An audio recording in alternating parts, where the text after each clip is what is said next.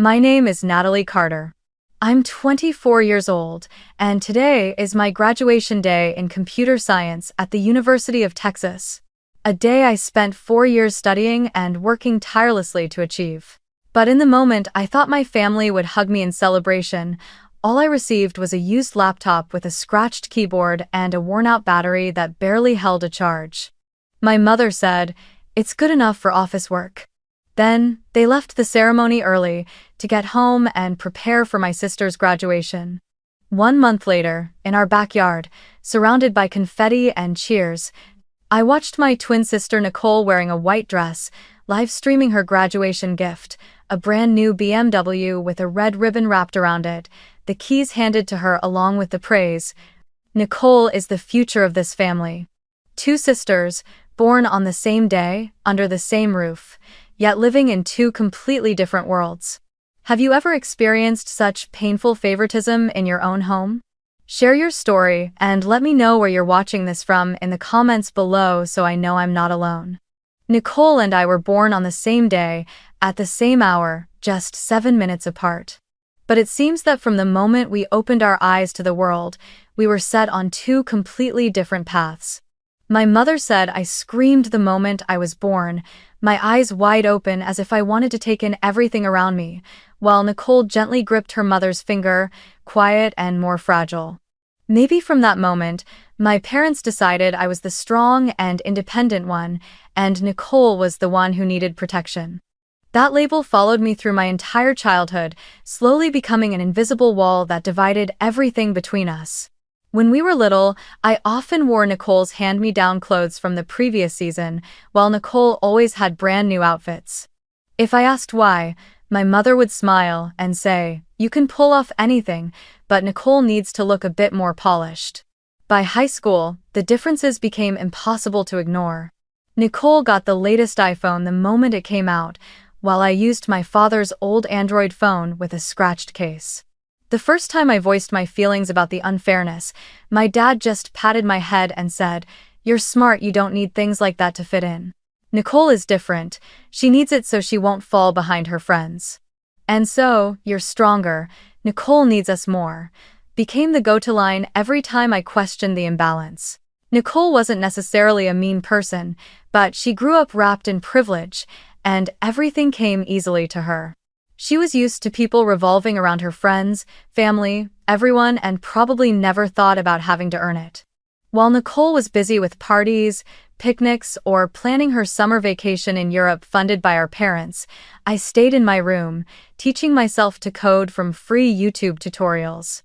I remember the summer when I was 15. Nicole was sent to a summer camp in Italy for 2 weeks to broaden her horizons while I worked as a waitress at the cafe on the corner, saving every dollar I could to buy an old computer just powerful enough to run programming software. The one time I asked to join an international summer program, my mother simply said, "You don't need it, you can learn on your own. Let's save the money so Nicole can have a once-in-a-lifetime experience." In the final years of high school, the gap between us became even clearer. Nicole had her own car the moment she was old enough to drive a cream-colored Mini Cooper that Dad bought so she could get to school more safely. I rode my bike for 20 minutes or took the bus for nearly an hour. My parents would say, "You can handle yourself anywhere, Nicole isn't used to that." That line was repeated so often I could recite it by heart, but that didn't make it any easier to hear. I still remember the damp chill of drizzly days, my clothes clinging to my skin after biking home, while Nicole drove past, rolling down her window to wave at me. I didn't always feel bitter, but the sense of born together, under different skies lingered like a splinter under my skin. When we got to college, Nicole chose communications, a lighter field with plenty of time for social activities. She joined the student council, hosted events, and spent many evenings at bars or out with friends. I chose computer science, fully aware it would be a long, pressure-filled journey, but it was what I loved. I studied while working part-time at the university library's IT department, and at night I took on freelance projects to cover rent and living expenses. While Nicole's tuition and apartment near campus were fully paid for by our parents, I had to rely on scholarships and part-time jobs. More than once, I passed by Nicole's apartment and saw her fridge packed with food, while mine sat nearly empty except for a few packets of instant noodles. If anyone asked my parents about it, they would say, "Natalie doesn't need us to support her, she takes care of herself better than anyone." I won't deny that independence made me grow up faster, but it also taught me a bitter truth. In my family, fairness wasn't about giving equally, it was about who they thought needed more. And that need was never mine. I've lost count of how many times I swallowed the feeling of being left behind, trying not to let it turn into envy. But the images stacked up over the years. Nicole walking into a boutique to pick out a new dress while I carefully altered an old one. Nicole holding plane tickets for a summer trip while I worked late into the night. Nicole posting photos in a new car while I biked through the rain. All of it left me feeling like my twin sister and I didn't truly live under the same roof, but in two parallel worlds, one of abundance and one of you're on your own. By my second year of college, when I could fully cover my tuition with scholarships and work, I began to realize that the gap wasn't about resources, it was about my parents' choices. They chose to invest in Nicole, believing she would somehow represent the family, while I was simply expected to take care of myself. It hurt, but it also made me tougher.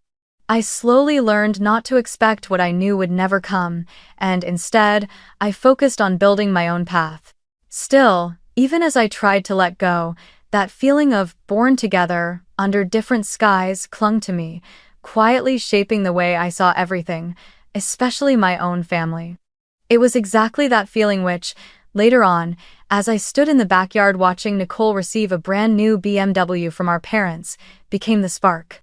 Not because I wanted the car, but because I knew that for 24 years, the scale had never shifted and if I didn't do something, it never would. My graduation day came on an early May morning, the Texas sky clear and blue, but the sun already blazing. The Frank Irwin Center, with its familiar domed roof, was draped in flags and banners, students in black gowns and square caps streaming toward the entrance. I remember standing at the doorway, taking a deep breath to steady myself, caught between excitement and nerves. Today marked the end of my 4 years in computer science, 4 years filled with sleepless nights, exhausting part-time shifts, and moments when I thought I couldn't go on. But here I was, standing in line, waiting for my turn to walk across the stage. My parents came too, sitting in the very top row, without a cheering sign or bouquet like the other families. I knew that for them, just showing up was already a concession. A week earlier, my mother had reminded me they were busy preparing for Nicole's graduation next month, the bigger ceremony, as she called it. When the MC began announcing names, the arena erupted with cheers, each student greeted by their family shouting their name, clapping, and calling out, "You did it." When my name rang out, Natalie Carter, Bachelor of Science in Computer Science, summa cum laude, I heard polite clapping, but no cheering, no one calling my name. I smiled, crossed the stage, shook the dean's hand, and accepted my diploma. For a split second, I glanced toward the corner of the stands where my parents sat, catching their eyes calm, unreadable, as if this was nothing more than a formality. When the ceremony ended, students poured outside to take photos with friends and family. I walked down the steps and saw my parents waiting at the exit. My mother held a small brown paper bag. "Congratulations," she said, handing it to me. Inside was a silver laptop, clearly used, the casing scratched in places, the keys worn smooth, the battery so degraded that when I turned it on, it showed only 48% capacity. "Good enough for office work," she said lightly, though she knew I was about to start at a tech company where computer performance wasn't a trivial matter. My father nodded, adding, "Do your best." Before immediately switching topics, how Nicole was busy preparing her speech, how she had her graduation photos taken yesterday, and they looked beautiful. How her ceremony was sure to be more spectacular. I stood there holding the laptop, feeling as though my 4 years of effort had been summed up in a single token they bought just to check a box. When they finished talking, I asked if we could take a picture to mark the occasion. My mother said maybe another time. She had to get home quickly to arrange more tables and chairs for Nicole's party. We parted ways in the parking lot, and I watched them drive off, their sleek black SUV disappearing behind the trees. I turned toward a small cafe a few blocks from the center, the place I often went to study when I needed quiet. The shop was nearly empty, golden lights streaming through the windows, the rich scent of roasted coffee in the air. I chose a corner table, opened the laptop, and watched as the screen flickered for a few seconds before starting up, the fan whirring softly like a weary sigh. I stared at the display, catching my reflection, my smile carefully composed, but my eyes betraying a disappointment I couldn't hide. I pulled out my phone, opened my messages, and typed to Sam, my best friend since freshman year. Twins, but it's like we live in two different worlds. Sam replied almost instantly. I know you don't need gifts to prove anything, but they're seriously so biased. I stared at the message and gave a faint smile. Biased, that word felt far too mild for what had been a lifetime of being cast in two roles. One child adored and indulged, the other expected to fend for herself. I wasn't so angry that I wanted to cry, but the feeling hit somewhere deep where I still kept all the moments I'd been pushed out of priority, all the times I'd heard, "You're stronger, Nicole needs us more," as if it were a valid reason to take something from me and hand it to my sister. Sitting in the corner of the cafe, surrounded by the scent of coffee and the soft hum of jazz, I knew this would just be another day on the long list of days I'd had to swallow that difference. I had no idea that, just a month later, from this very old laptop, I would write a report that, once it landed in their hands, would change everything forever. Nicole's graduation took place on a Saturday at the end of June. The heat in Austin was so intense the pavement seemed to shimmer, but our backyard had been transformed into a dazzling stage. My parents had hired professional decorators. Strings of golden lights wound around the fence, white, gold, and silver balloons arched into a grand entrance, and in the center of the yard stood a massive object draped in deep red fabric, taking up nearly all the open space. Round tables covered in white cloths, chairs tied with golden bows, wine glasses neatly arranged beside custom-printed menus. It looked more like a wedding reception than a graduation party. Nicole emerged from the house in a floor-length white dress, the fitted waist accentuating her figure, her softly curled hair falling over her shoulders, makeup flawless. She walked out like a star, one hand holding her phone as she live-streamed on Instagram, the other waving to each group of guests. The stream's hearts and comments climbed rapidly, friends leaving constant congratulations. "Nicole Carter, our future PR queen." Someone typed in the chat, and I heard Nicole giggle. My father stood beside the red-draped centerpiece, microphone in hand. When Nicole approached, he placed a hand on her shoulder, his voice ringing with pride. "Today is the day my youngest daughter officially graduates in communications. Nicole is not only beautiful but also smart, talented, and the future of this family. We believe she will take the Carter name to new heights." The crowd erupted in applause and cheers. I stood in the corner of the yard, my glass of cold water nearly melted to nothing, watching it all as if I were seeing a movie I was never meant to be part of. My father motioned for Nicole to pull the cover.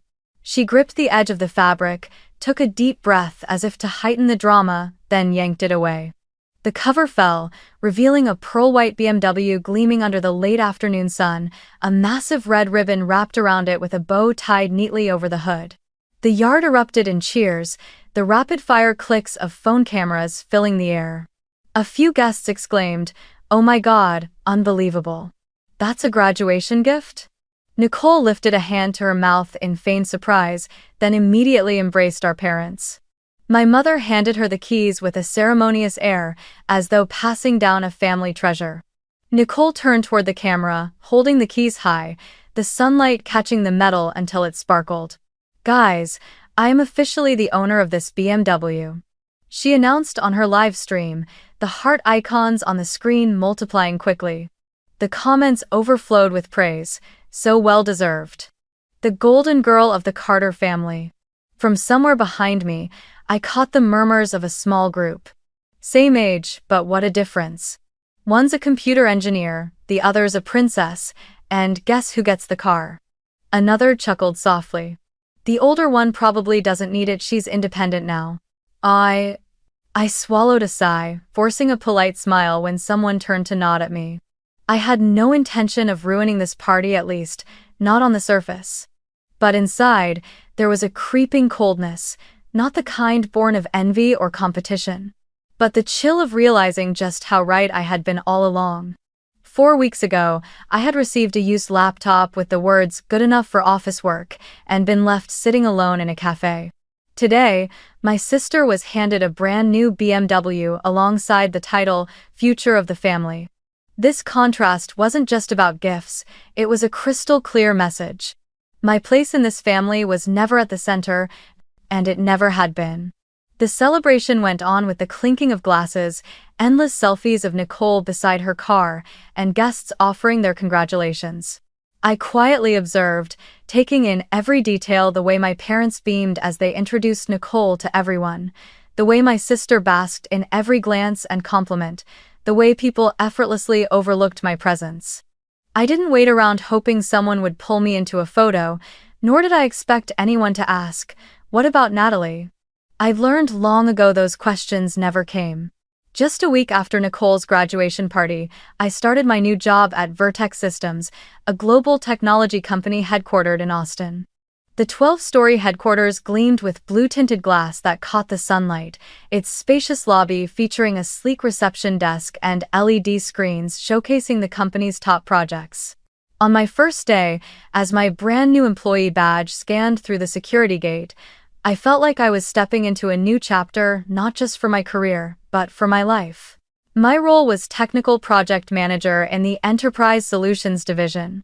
During orientation, my direct manager, Marcus, a tall, confident African-American man in his early 40s with a deep, steady voice, emphasized the importance of a project I'd be joining. Vertex had just renewed its strategic partnership with BMW North America, taking on responsibility for developing and maintaining the management and security system for VIP customer data. In other words, every vehicle purchase made through special corporate or high-level partner programs would have to pass through the system. In my very first week, I was granted access to the GSM portal, a secure system that only a handful of key employees could enter. This portal stored all data related to transactions, from buyer profiles, vehicle identification numbers, and payment methods, to registration status. It was a highly sophisticated system where every action was logged and every query left a trace. Marcus explained, "Natalie, you'll be responsible for cross-checking the data on transactions under the Employee Purchase Program. This program was designed by BMW to reward those who've made significant contributions, but that also makes it prone to abuse. Your job is to make sure every record is legitimate." I took on the task with absolute focus. In the first few days, I reviewed dozens of files daily, cars delivered to senior executives, top engineers, and occasionally their eligible relatives. Everything seemed routine until one Wednesday afternoon, when a familiar VIN appeared on my screen. My eyes moved to the model column BMW 3 Series, pearl white, delivered in Austin, Texas, less than 2 weeks ago. My chest tightened as I scrolled to the owner name field. The name that appeared made me instantly sit up straight. Richard Carter, my father's name. I kept reading and saw the relation to employee field. Friend of former employee. In the employee ID column was a number I recognized from the company's disciplinary records, a former employee who had been terminated last year for fraud in the purchase program. My grip on the mouse tightened as my mind began to piece everything together. Nicole's brand new BMW hadn't been purchased through normal means. It had slipped through a back door in the system, using the credentials of someone no longer eligible to secure a 30% special discount. And under the contract between Vertex and BMW, any car purchased outside of eligibility rules would be subject to immediate repossession. I sat frozen for a moment, my eyes locked on the screen. Part of me was stunned by the coincidence, another part recognized that this wasn't coincidence at all, but an opportunity. An opportunity I hadn't sought out, but one that had landed squarely in my hands. I thought back to the moment Nicole held up those BMW keys on her live stream, the way my parents looked at her with pride, and the feeling of standing on the sidelines of my own family's story. I didn't feel instant glee or revenge, it was more of a deep, steady calm. As if every piece from the past 24 years had finally fallen into place, and I knew exactly what I was going to do next. In the days that followed, I continued processing other files as usual, but I carved out extra time to comb through this one transaction. I started with the VIN, a long string of characters, but as unique as a fingerprint for that pearl-white BMW. In the system, it clearly showed the delivery date, the location being an official BMW dealership in Austin, just 15 minutes from our home. The purchase program field spelled it out: Employee Purchase Program, Level A. This was the top-tier discount, cutting 30% off the list price, reserved exclusively for full-time BMW employees or strategic partners like Vertex. But what caught my attention most was the employee sponsor field, the person listed as the sponsor for this transaction. The name Daniel Royce appeared, and within seconds my memory clicked into place.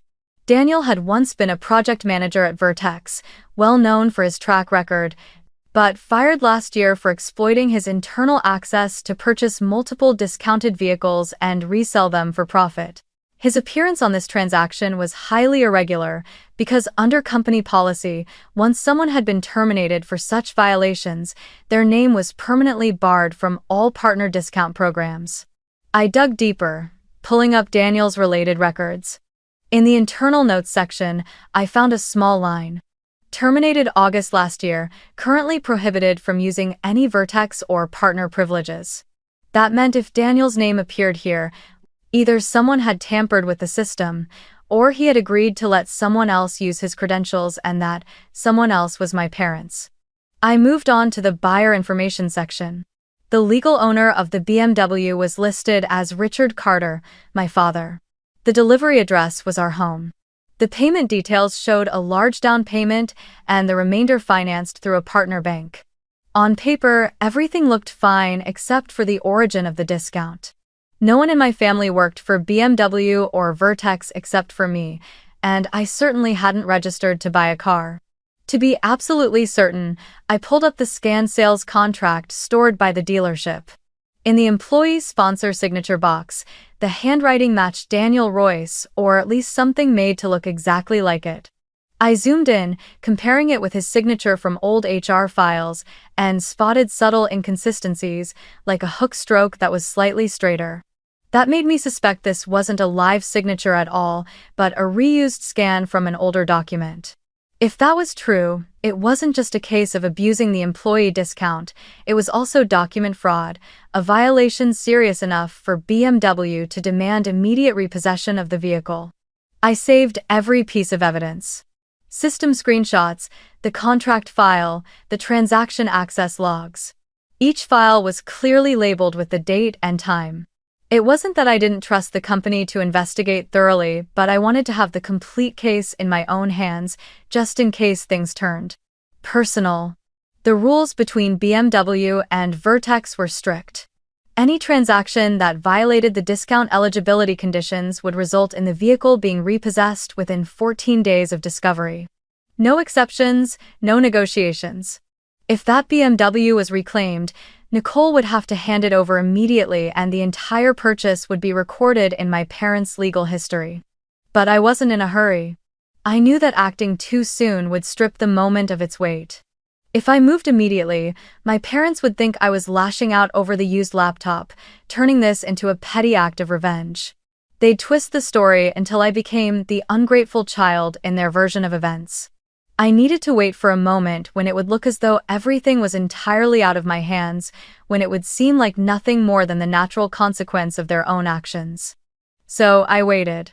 I kept going to work, having lunch with colleagues, answering my mother's casual texts like, "Nicole's got a photo shoot with her new car this week, it's gorgeous." I didn't react, just replied with neutral emojis. But every time I logged into the system, I checked the file for that car, like a hunter inspecting her trap, the prey still there, completely unaware, and I knew it was only a matter of time before I tightened the noose. While waiting, I did one more thing. I checked the scheduled maintenance records for the BMW. The data showed Nicole had booked her first service appointment at the end of the month, at the very same dealership that sold her the car. I smiled when I saw it. If I let everything unfold right before or right after that date, the blow would land even harder. They'd think they were just going in for a routine service, only to be handed a notice of repossession. With each passing day, I felt calmer. Not because the anger had faded, but because I knew I was holding all the power. I didn't need to chase justice. I only had to stand still and let the process do its work. And when the time came, the strike would be clean, precise, leaving no room for excuses or blame. I had spent 24 years being pushed aside, told I was the strong one who doesn't need help. Now, with a single well-timed click, I would show them that even the strong one knows how to protect her boundaries and, when necessary, how to reclaim what has always belonged to no one but fairness itself. It took me nearly a week to prepare everything down to the smallest detail.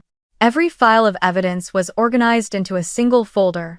System screenshots, the sales contract with its suspicious signature, Daniel Royce's old HR records, and the complete BMW internal discount policy with the repossession clause highlighted. Each document was clearly named and numbered so that anyone opening the folder could follow the story from start to finish. I wasn't going to leave a single gap my parents or Nicole could use to claim it was all some kind of misunderstanding. When everything was ready, I drafted a short, concise report using formal, objective language. This vehicle purchase was conducted under the name of an employee no longer eligible for the employee discount program. The file and signature show signs of reusing old documentation. We recommend the legal department verify and process this matter in accordance with the contractual terms agreed upon with BMW. I read it 3 times, ensuring not a single line betrayed any personal feeling, then hit send to the legal department's shared email and CC'd Marcus, my direct manager. After that, I went about my daily work as though nothing unusual had happened. But in my mind, an invisible clock had begun to count down. I knew the legal department wouldn't drag their feet. This process was standardized, verification to formal notice to vehicle repossession. The only question was when they would send the notice. About a week later, on a Monday morning, I had just set my coffee down on my desk when a notification popped up on my screen. An email from the legal department, subject line, Notice of Vehicle Return, Policy Violation. I opened it and read every word carefully. The message was direct and unambiguous. We have verified that the BMW 3 Series, VIN 30-, was purchased through the Employee Purchase Program using the information of an individual no longer eligible. In accordance with the partnership terms between BMW and Vertex Systems, the customer has 7 days to return the vehicle to the delivering BMW dealership. Failure to do so will result in the initiation of appropriate legal measures. The email was sent directly to my father's address, CC'd to my mother and Nicole, with a PDF attached detailing the return procedure. I didn't have to think long to imagine the scene at home when they read that email. Most likely, Nicole would open it first, probably on her phone while lying in bed, and scream. I could almost hear her voice. Mom. Someone. They're saying they're taking my car back. Then my parents would rush over, trying to read over each other's shoulders, before immediately calling me. And, just as I expected, my phone began buzzing nonstop only minutes later. The first call was from Nicole, but I didn't answer. I knew her voice would be a full-blown storm right now. Next came my mother. I let it ring until it went to voicemail. It wasn't until my father called that I finally picked up. His voice was a mix of anger and panic. Natalie, what is going on? Do you know what they just sent us? They're demanding we return Nicole's car.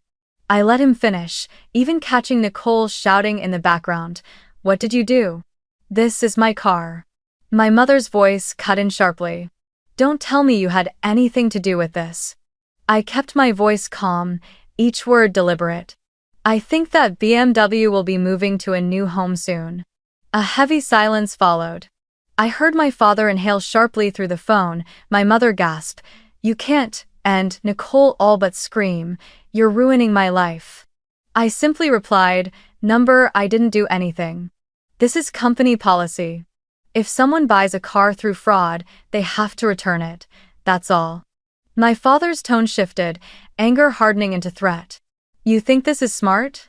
You'll regret treating your family like this. I didn't answer right away, just said softly. If you want to blame someone, blame the person who chose to buy the car that way. I'm only doing my job. Then I hung up before they could say anything more. Setting my phone down, I looked out the office window at the blinding Austin summer sun glinting off the glass towers. A strange quiet spread through my chest. It wasn't gloating, and it wasn't exactly relief. It was more the sense that everything was finally moving in the right direction, that the wheel of fairness had at last begun to turn, and this time, it wouldn't stop just because someone thought I was strong enough not to need anything. I knew that between now and the 7-day deadline, there would be more calls, more messages, maybe even a mix of pleading and accusations. But I was ready for all of it. That BMW had never legally belonged to them. And now, they would have to face that. No dodging, no shifting the blame, and certainly, no dumping it on me. 3 days after the call, on the day the email arrived, my parents sent me a text inviting me to have dinner and talk this through. I knew this wasn't a friendly invitation, it was a family tribunal, and I would be the one on the stand. Still, I agreed. I wanted to look them in the eyes when I finally said the things I'd carried for over 24 years. The restaurant they chose was in downtown Austin, a high-end place with warm golden lighting, crisp white tablecloths, and gleaming crystal wine glasses. I arrived on time and saw them already seated at a table near the window, the busy night street just beyond the glass. Nicole was there too, her hair pulled into a high ponytail, makeup flawless, but her eyes slightly swollen, probably from crying or fuming. When I approached, no one smiled or greeted me. Instead, I was met with cold, assessing stares. The moment I sat down, my father started, his voice low but edged with restrained fury. You know why we're here. You've gone too far, Natalie. This was a private family matter, and you let outsiders find out. Do you understand the consequences? My mother nodded beside him, cutting in. What you did was airing our dirty laundry. People will think our family cheats, that we're dishonest. Nicole curled her lip. Well, actually, you did make me lose all my dignity. My friends are talking about it everywhere. Are you happy now? I sat up straight, my voice steady. I'm not happy. But I'm not ashamed, either. I did my job. The person who cheated wasn't me. All I did was make sure the rules applied equally to everyone. My father leaned forward, his voice heavier. Don't hide behind excuses. Everyone knows you did this out of jealousy. You've always acted like you were better than Nicole, and now you're just trying to drag her down. I let out a short laugh, just enough to make the whole table freeze. Jealous? I looked him straight in the eye. We were born on the same day, under the same roof, but I've always had to fight for myself. From clothes and phones to school and even transportation. I worked part-time from my sophomore year in college to pay rent, while Nicole got her own car. I taught myself to earn scholarships, while Nicole went on summer study trips abroad funded by you. And every time I asked why, the answer was always, you're stronger, Nicole needs us more. Today, all I'm asking for is fairness. My mother moved as if to cut in, but I held up a hand to stop her. My voice was no longer calm, it was firm. Fairness isn't something you divide by giving more to whoever you think is weaker and leaving the stronger to fend for themselves. Fairness means the rules apply the same to everyone. That BMW was purchased through fraud, and anyone would have to return it. If the buyer wasn't Dad, but some stranger, how would you feel if the company looked the other way? That would be favoritism. Nicole tilted her chin. You could have just let this go. It's just a car. I looked at her and gave a tired smile. It's just a car to you, but it's a principle to me. And it's exactly because people keep thinking it's just that some get to bend the rules while others carry all the weight. The air at the table thickened. I saw my father's hand tighten around his glass, my mother staring out the window as if to avoid the conversation. Nicole crossed her arms, lips pressed into a thin line. I knew I had touched a truth they didn't want to hear, that this wasn't about a car at all, but about an entire system of favoritism and neglect that had existed for over 2 decades. My father sighed, trying to soften his tone. "We're family. Sometimes you have to let things go," I answered without hesitation. I've been letting things go my whole life with this family. But letting go doesn't mean turning a blind eye. Letting go doesn't mean enabling what's wrong. Family is where fairness should begin, not where it gets twisted. I set my napkin down on the table and stood. If following the rules means airing the family's dirty laundry, then maybe we don't share the same definition of family. I don't hate anyone, but I won't go back to the place where I'm expected to stay silent and endure. Picking up my bag, I looked at each of them in turn. I'll say just one thing starting today: I'm not stepping back into the old cycle. No one spoke. My father stared down at the table, my mother kept her gaze fixed on the window, and Nicole turned her face away. I turned my back and walked out of the restaurant. The glass door shut behind me, the noise of the night street spilling in and mixing with the sound of my footsteps on the stone pavement. Behind me, that table remained silent, and I knew that silence wasn't agreement. It was the realization, for the first time, that they could no longer control me. 4 days after that night at the restaurant, the moment I had known was inevitable finally arrived. That morning, just as I sat down at my desk in the office, my phone buzzed with a notification from the security camera positioned in front of my parents' house. I didn't usually review footage from that camera, but today, the alert with the title "Motion Detected, Front Driveway" made me open it immediately. On the screen, a small white truck bearing the BMW Certified Service logo slowly pulled into the driveway. 2 uniformed employees stepped out, one holding a clipboard, the other wearing gloves, walking straight toward the pearl-white BMW parked in the shade of a tree. I zoomed in on the frame. The morning sunlight glinted off its glossy paint, but the license plate protector had already been removed, ready for the repossession process. The front door opened, and Nicole appeared hair messy, wearing pink pajamas. She threw her hands up in protest, her voice high-pitched even without sound from the camera. I could clearly imagine every word. "This is my car. No one has the right to take it." One of the employees pointed to the papers on the clipboard, flipped a page, and calmly explained something. My father emerged behind Nicole, his face flushed red. He held a phone to his ear, speaking sharply while pointing toward the street, probably calling someone at the dealership to fix the situation. But the 2 BMW employees remained polite and firm, continuing their work without pause. In less than 10 minutes, the BMW's engine was started, it rolled up the incline, and was secured neatly onto the transport truck. The clank of the wheel locks echoed like a period at the end of a long sentence, a final end to the performance my family had staged. Nicole stood frozen for a few seconds, then turned back inside, slamming the door.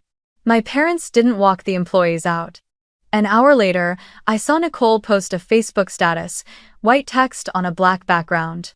"It's sad when someone in your own family deliberately destroys your happiness. But karma will come soon enough."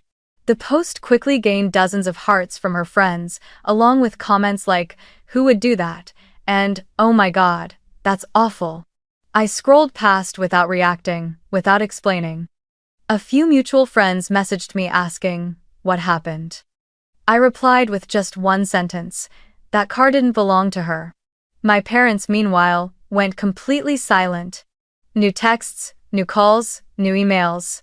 I figured they needed time to rewrite the story into a version they could live with. Maybe the company misunderstood us, or someone set us up, anything but admitting they had chosen to cheat.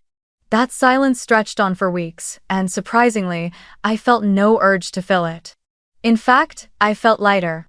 No more messages comparing me to Nicole, no more calls starting with, "Your sister just," no more requests for help disguised as, "It's for the family." I poured myself into my work, took on larger projects at Vertex, and found I could breathe more easily without the constant effort of enduring while pretending I was fine. At night, I would sit on my apartment balcony, watching the lights of Austin sprawl into the distance, listening to the hum of traffic below, and think about everything that had happened. I felt no regret. I felt no need to justify myself. Everything had unfolded exactly as it should have. Wrongdoing was uncovered, the system functioned as it was meant to, and for the first time I hadn't let family sentiment tip the scales away from fairness. To them, maybe I had betrayed blood ties. But to me, I had simply refused to keep standing silently on the sidelines. And in the long silence from their end, I discovered a new kind of freedom, one I had never truly known in the past 24 years. Nearly a year after the BMW was repossessed, my life had changed so much that looking back, I barely recognized the person I'd been. The quiet distance between my parents and me remained, but it was no longer an open wound. It was more like a scar still tender if pressed, but no longer bleeding. During that time, I threw myself into my work at Vertex, leading major projects and, most notably, successfully launching a data security platform that earned high praise in the tech world. This time, the recognition I received didn't come from polite words or reluctant glances, but from tangible results and a team that trusted me completely. Then one morning, in early December, as I was reviewing reports, an email popped up with the subject line, "Congratulations, Forbes 30 Under 30 Class of the Year." I opened it, reading each line as my heartbeat quickened. They had selected me for the list of outstanding young figures in technology. The attached photo showed me at a panel discussion, speaking in front of a large screen, the stage lights making me look almost brighter than I remembered myself. 3 months later, I was in New York, attending the annual tech conference where the Forbes 30 Under 30 members were honored. The hall was wide and high-ceilinged, the stage lights casting a warm yet sharp glow. When the host called my name, applause echoed all around. I stepped forward, took the microphone, drew a deep breath, and looked out at hundreds of faces, entrepreneurs, engineers, young founders, and students searching for inspiration. I began slowly, each word deliberate. I want to share something simple that took me years to truly understand. Your worth is not measured by the gifts someone gives you, but by how you create it yourself. A gift could be a car, a plane ticket, or just an old laptop. But those things don't define you. What defines you is how you use what you have, whether it's little or much, to build your own path. I saw a few people nod, some smiling, so I continued. If you're in an environment where recognition only goes to a few, don't let that make you question your value. You have the right to stand up, set boundaries, and demand fairness, not by shouting, but by letting your results speak for you. When I finished, the hall erupted into applause again. There were no confetti cannons, no giant red ribbons, but the feeling was stronger than at any party I had ever stood on the sidelines of. This time, I wasn't looking for the approving gaze of any particular person. I had created it myself and given it to myself. That afternoon, I left the venue and caught a flight back to Austin. By the time the plane landed, dusk had settled over the city. I picked up my new electric car from the parking lot, a model I had chosen myself, paid for myself, without needing anyone's help. Its deep metallic blue paint caught the last light of the sunset, and the dashboard showed a full battery, ready for a long drive. I headed toward the bridge over Lady Bird Lake. The water below was painted in shades of orange and purple by the setting sun, and the early spring wind swept in cool through the half-open window. The lights of Austin began to sparkle in the distance, the buildings reflecting like scattered gemstones. I loosened my grip on the wheel, letting the hum of the tires and the rush of the wind fill the cabin. In that moment, I smiled, not the polite, practiced smile I wore at family gatherings, but one of genuine satisfaction. I knew the road ahead would still have gaps I could never bridge with my parents, and Nicole might never understand why I did what I did. But that no longer mattered. What mattered was that I had broken free from the cycle of unfairness, found my voice, and proven that my worth had never depended on anyone's favoritism. The electric car glided smoothly across the bridge, the glow of sunset slowly melting into a gentle darkness. I tapped the console lightly to play one of my favorite jazz tracks. My mind wasn't on what had been lost, it was filled with a steady, peaceful fullness. I didn't know exactly where the road ahead would take me, but I knew one thing for certain: the steering wheel was in my hands now, and I would never let it go again. If you grew up in a home where love came with conditions, where you had to work twice as hard yet were still pushed out of priority, remember this. Your worth is not defined by how they treat you, but by the person you strive to become every day. You can't change the past or force someone to be fair, but you can build a life where fairness begins with you. Take the pain and turn it into strength, and use that strength to open the door that leads you into the light.